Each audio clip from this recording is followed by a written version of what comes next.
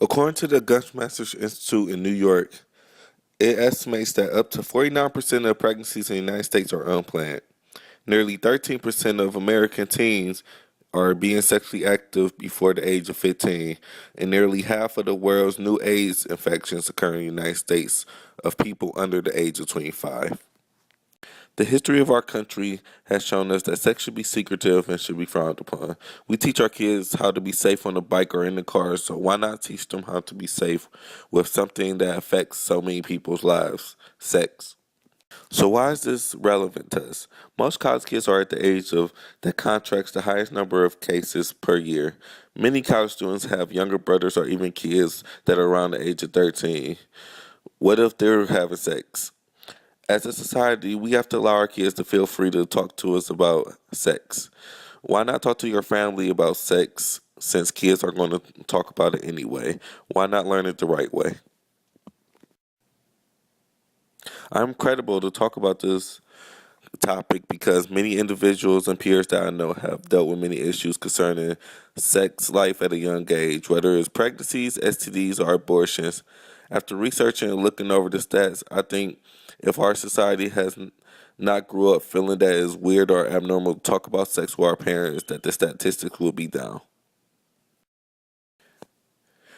In this presentation, I will inform you on the increasing rates of STDs and the use of or not using condoms in America, the rate of abortions in the present compared to the past. As I share this knowledge with you, I strongly encourage you to think about the choices protecting your body and your health.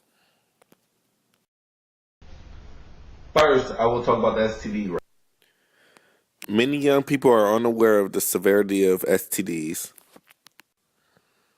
4 sexually transmitted viral infections are still incurable today: hepatitis B, genital herpes, HPV, and HIV, which causes AIDS.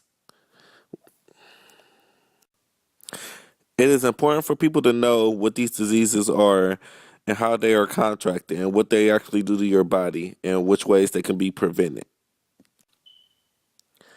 The rate of STDs in America continues to rise. According to the Center of Disease and Control and Prevention, STDs like chlamydia and gonorrhea has doubled since the 1997.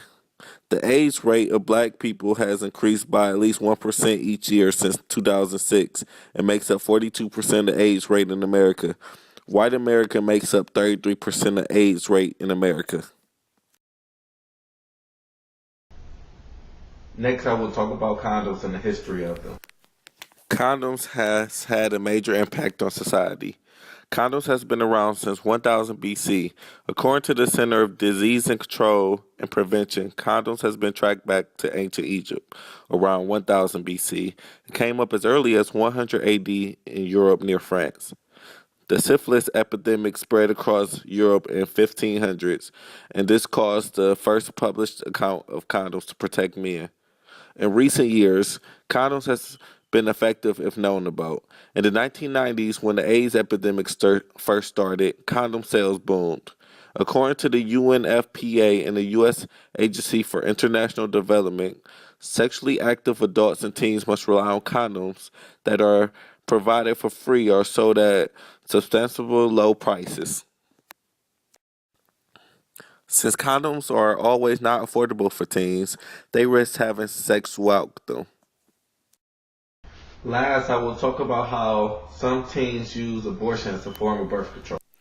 One solution that teens use to avoid the cost of condoms and untended pregnancies is abortion. Being pro choice, I think abortion is not bad or evil, but teens should become aware of their options. There are dangerous risks associated with abortions. It is reported that the legal abortion is the fifth leading cause of maternal death in the United States. These deaths are caused by infection, embolism, hemorrhage, euthanasia, and undiagnosed ectopic pregnancies. Not only the physical risks, but there are the terminal emotional risks that come with ongoing these procedures. In February 2010, USA Today reported that teen abortion rates are up 3% from what they were in 2006. Many teens are scared to tell their parents that they are pregnant because society has always frowned on teen pregnancies.